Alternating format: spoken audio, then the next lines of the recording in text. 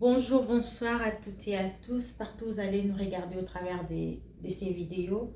Moi, c'est Nonsingalula depuis l'Amérique. Mes frères et sœurs, vous connaissez bien mon histoire que je vous ai rencontrée. Un jour, on m'a braqué l'arme, mais on ne m'a pas tué dessus. C'était un jour où le trouble était entré dans mon pays. On avait retenu par des rebelles l'aéroport international d'Njili, qu'en Tchad, ainsi que des coups de balle venaient de partout, surtout en ville, Kitambo, Mbinza, Delvaux, Zone, tous ces coins-là. C'était vraiment pas possible d'y aller.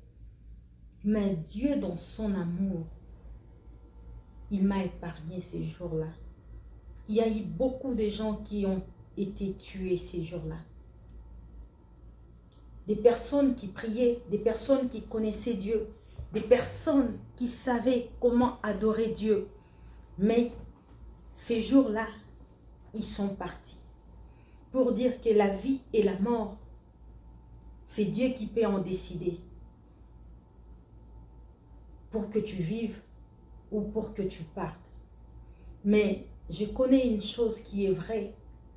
Il a dit, il ne permettra pas que ton pied ne heurte contre une pierre.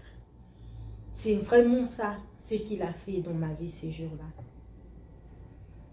Combien même que tu peux heurter ou tu peux rencontrer une pierre pour heurter, mais Dieu va faire de la sorte que ton pied ne soit pas cogné par cette pierre-là, qui s'est levée devant toi. Dieu, il est bon. Jésus-Christ est la vie. Jésus-Christ est le chemin.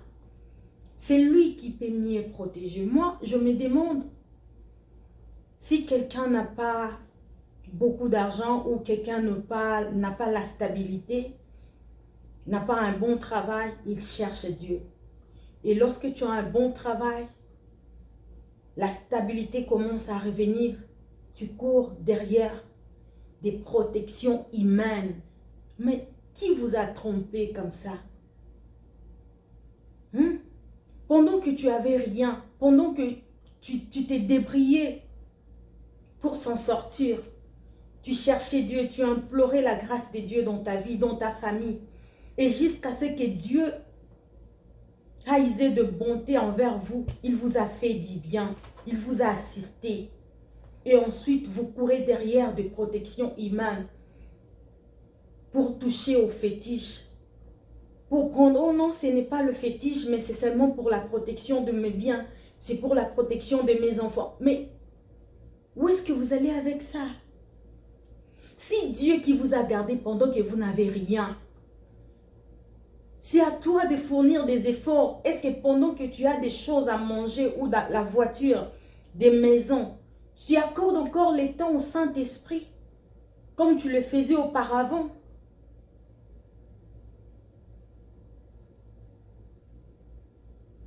Pose-toi cette question aujourd'hui. Accorde au Saint-Esprit les temps dans ta vie. Peu importe ce que tu es devenu. Peu importe ce que tu as maintenant. Mais retourne en arrière. Mets le miroir, pour regarder dans ton passé. D'où Dieu t'a prise. D'où Dieu t'a prise. Pour voir que demain, il va encore te protéger mieux, plus qu'hier. Pourquoi tu es parti toucher des fétiches? Pourquoi tu es parti prendre des fils, des histoires, des gris-gris pour la protection de tes biens ou de ta famille? Bien-aimé, personne ne te protégera mieux que Dieu. Personne ne te protégera mieux que Jésus. Personne ne te protégera mieux que lui. S'il a accepté de mourir pour toi, alors pour te protéger dans la vie future, il ne lui manquera rien du tout. Ne perds pas ta foi. Ne sois pas troublé par ce qui t'arrive, par de mauvaises personnes qui te conseillent.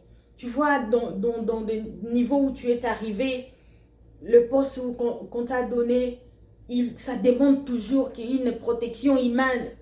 On te trompe. Les protections humaines sont tous vanité passagère. Mais la protection divine est pour l'éternité. Il te protégera aujourd'hui, demain, le lendemain et pour toujours. Jusqu'à ce que tu vas aller au ciel. Pour finir avec mon histoire, le matin, je suis allée au travail. Je faisais la garde, c'était vers les après-midi. On a passé la garde et le matin, on voulait rentrer, il n'y avait pas moyen. Des balles tirées de partout et on est resté. Tellement que c'était au coin de l'avenue, là, il y avait beaucoup de garçons qui prenaient les soins conventionnellement dans notre hôpital, les soins conventionnés, pardon. Les militaires sont entrés et tout le monde était couché par terre. Moi seule, j'étais debout. Moi aussi, je m'étais couchée, pardon. Je me suis rappelée. Moi aussi, je m'étais couchée.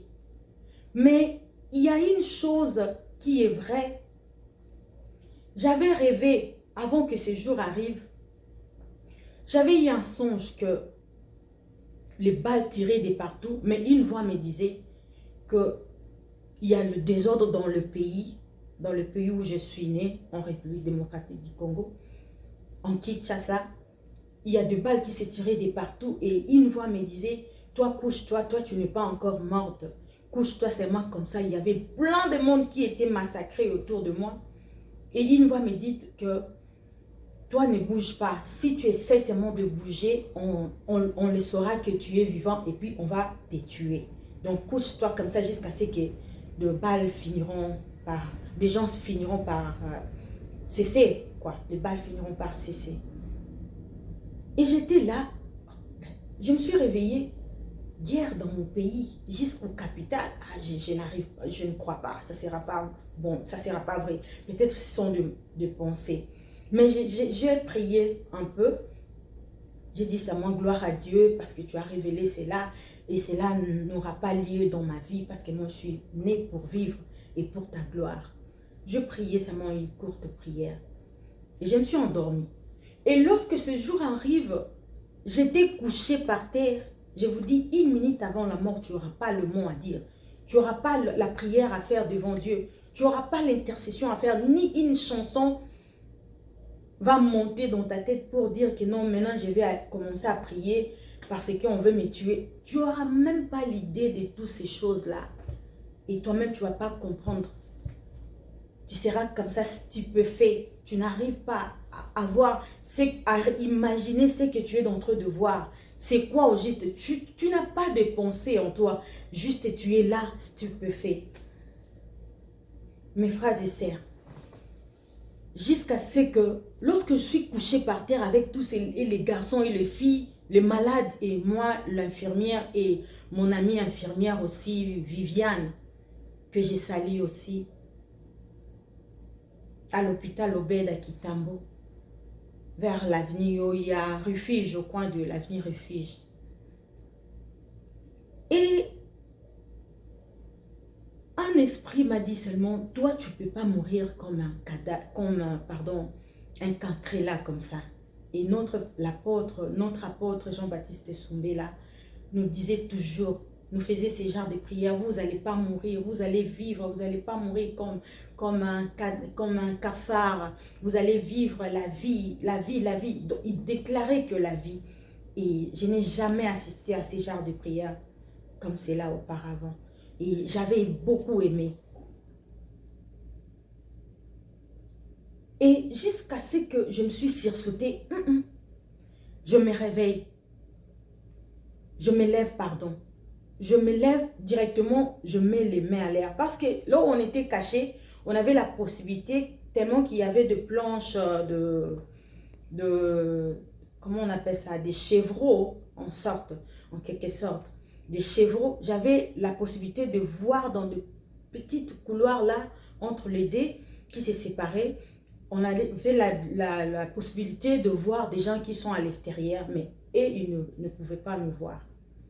Et là-bas, c'était la porte pour monter aux escaliers et aller dans des chambres de malades.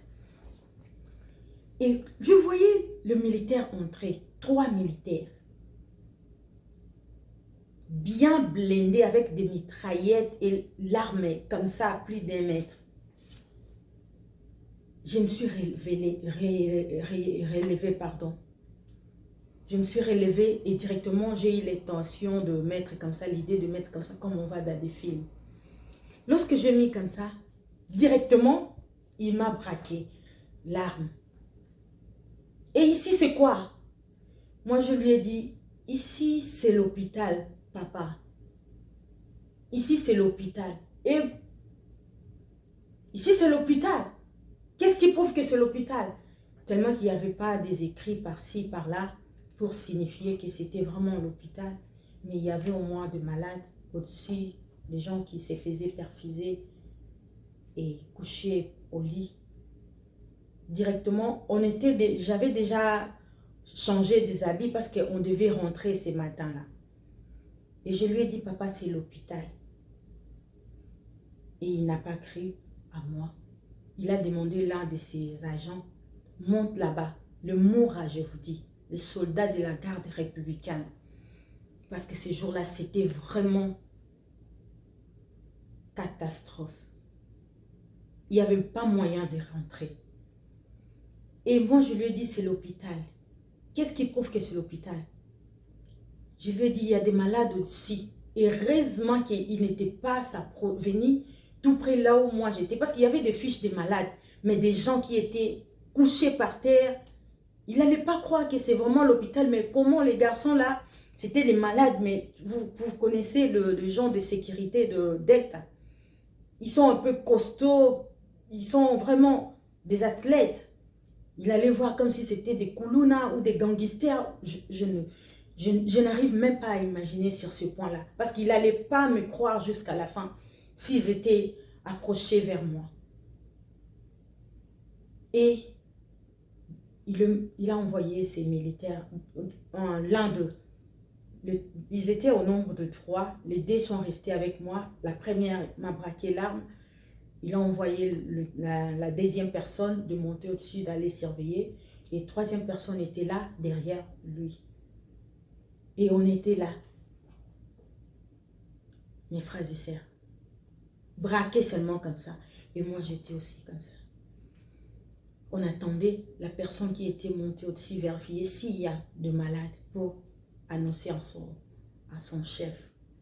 Et lorsque j'étais restée avec lui, je ne parlais pas. Et heureusement aussi, ceux qui étaient couchés par terre m'ont rendu un bon service. Personne d'eux en parlait. Ils étaient là en tremblant, mais ils ne disaient rien du tout. Tout calme. Et chose que je retenais qu'il m'a dit, le militaire là m'a dit, tu sais aujourd'hui si on a tué combien de personnes? Et pour te tuer toi, qu'est-ce qui me manque? Qu'est-ce qui va m'empêcher de te tuer?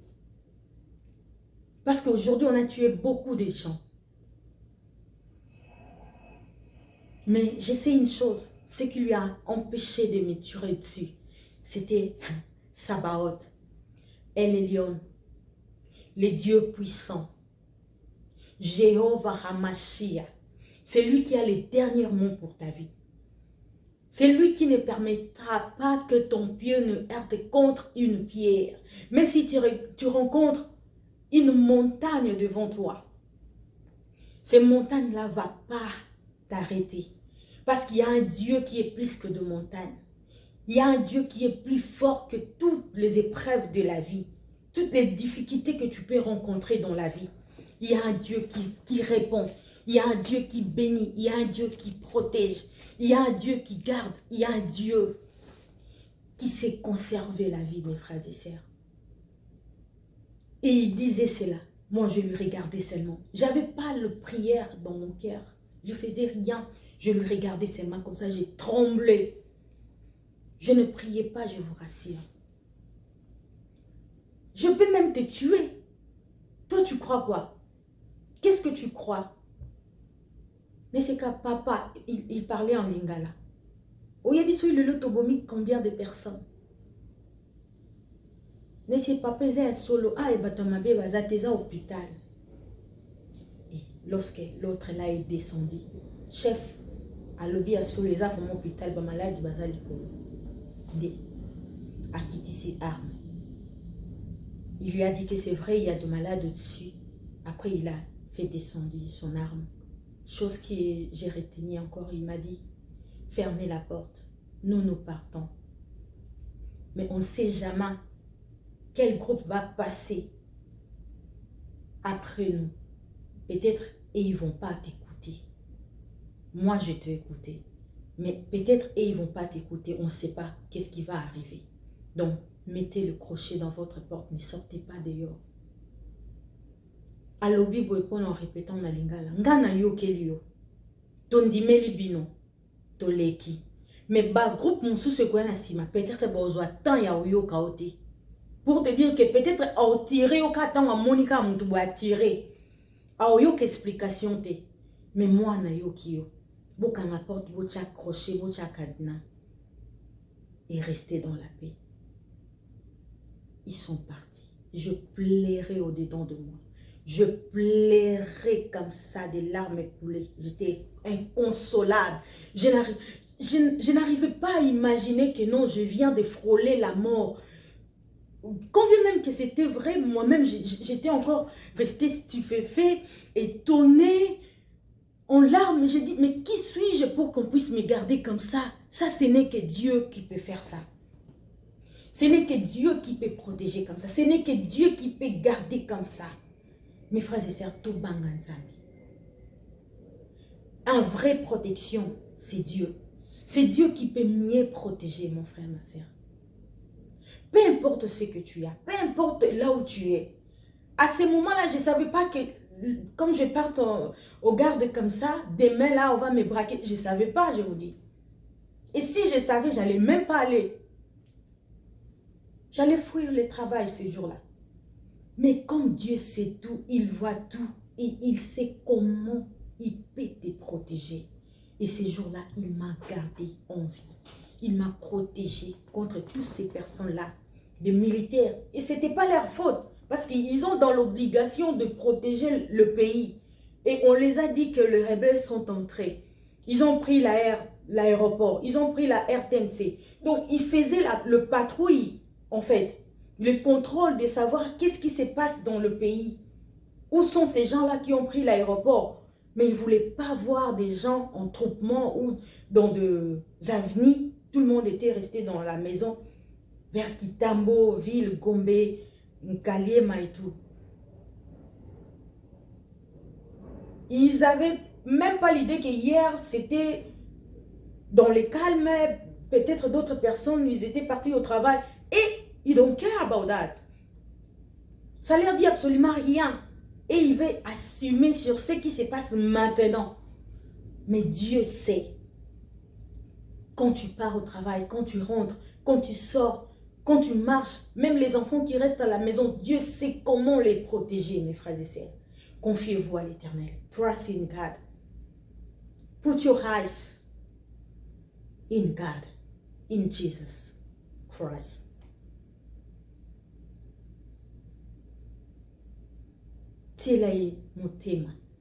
Que tes yeux soient fixés vers Jésus-Christ.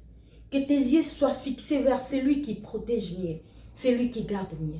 C'est ce que je voulais vous partager en ces jours si merveilleux. Que Dieu vous bénisse. Merci beaucoup. Merci à Dadia Mami Sumbela. Merci à toute la famille Silo. Merci, merci, merci. Que la grâce de Dieu vous soit accordée. Bye bye. Au prochain